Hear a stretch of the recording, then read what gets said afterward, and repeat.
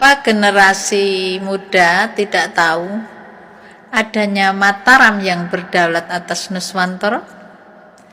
Karena sejarah telah dibelokkan dan yang menjadi kurikulum pendidikan sejarah adalah sejarah palsu. Seperti kisah Majapahit Demak hanya ditemukan dalam kurikulum sejarah buatan kolonial Indonesia dengan drama dan filmnya. Mengapa sejarah Majapahit Demak didengung-dengungkan? Hal itu untuk menutupi adanya Kasultanan Mataram yang dibangun oleh Wali Songo. Lihatlah gambar-gambar yang saya lampirkan dalam VT ini. Bagaimana orang Cina menjadi ratu atau raja di Kasunanan Solo. Begitu juga yang ada di Jogja.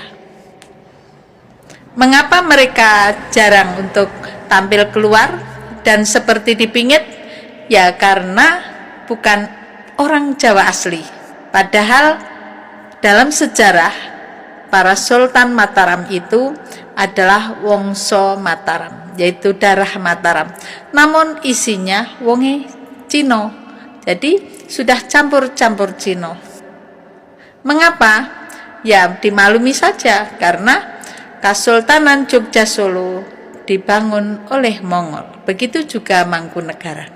Kasultanan tersebut adalah topeng Wali Songo dalam menjajah Nuswantara. Wali Songo yang melahirkan VOC yang kini menjadi Indonesia yang dinyatakan merdeka dengan mengambil alih hak kedaulatan warga Nuswantara, mengambil kekuasaan dari Kasultanan Mataram Islam.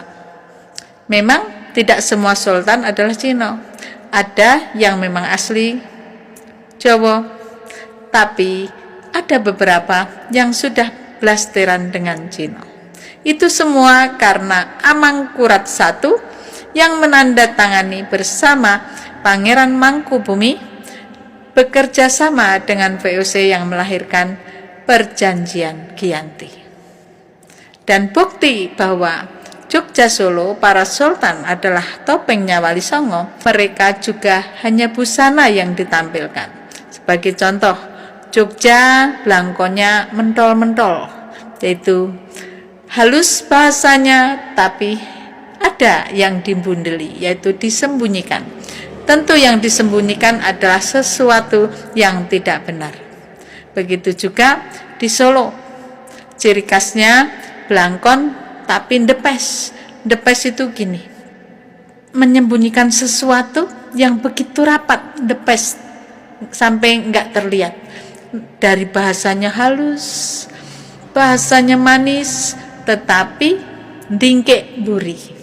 Coba buktikan saja bagaimana perilaku di Solo orang-orangnya ya, khususnya di keraton. Dan Mangkunegara juga belangkonya depes tapi ada talinya. Dan Mangkunegara adalah cikal bakal bagaimana mengambil seluruh sistem dan diputar balik, kemudian membangun Kasunanan Surakarta dan mendirikan Keraton Ngayogyakarta Hadiningrat. Bila mereka dibuat ciri khas dengan baju yang berbeda-beda, hal itu menunjukkan seolah-olah mereka berseteru dengan memiliki kekuasaan wilayah yang berbeda. Padahal mereka hanyalah boneka yang ditampilkan dalam perbedaan busana. Coba amati dengan baik. Apa ini bukan Cina?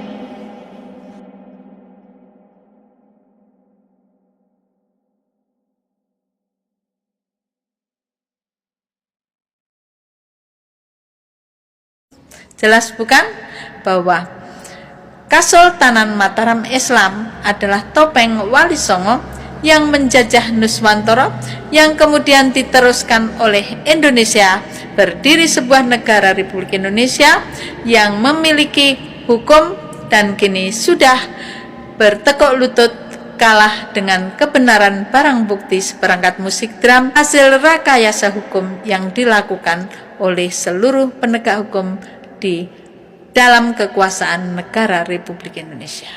Maka dari itu, mari putra-putri Nuswantara bangkitlah, kembalilah kepada Kanjeng Ratu Ibu Mataram seperti sebelum terjadinya perjanjian Giyanti. Ingat bahwa otak dalang penjajah adalah Mongol itu yang terbukti bahwa para sultan maupun presidennya kebanyakan adalah Cina. Masih takut untuk bersuara? Suarakan kebenaran BB Drum, kibarkan bendera Kelaras, mari kita ambil bumi pertiwi ini untuk kita nikmati sesuai perjanjian Giyanti dan juga sesuai bukti hukum yaitu kebenaran BB Drum. Jangan takut, jangan gentar, sebab babon ireng bersama kalian. Rahayu Bumi Mataram, wujud adil sejati tentrem, salam BB Drum.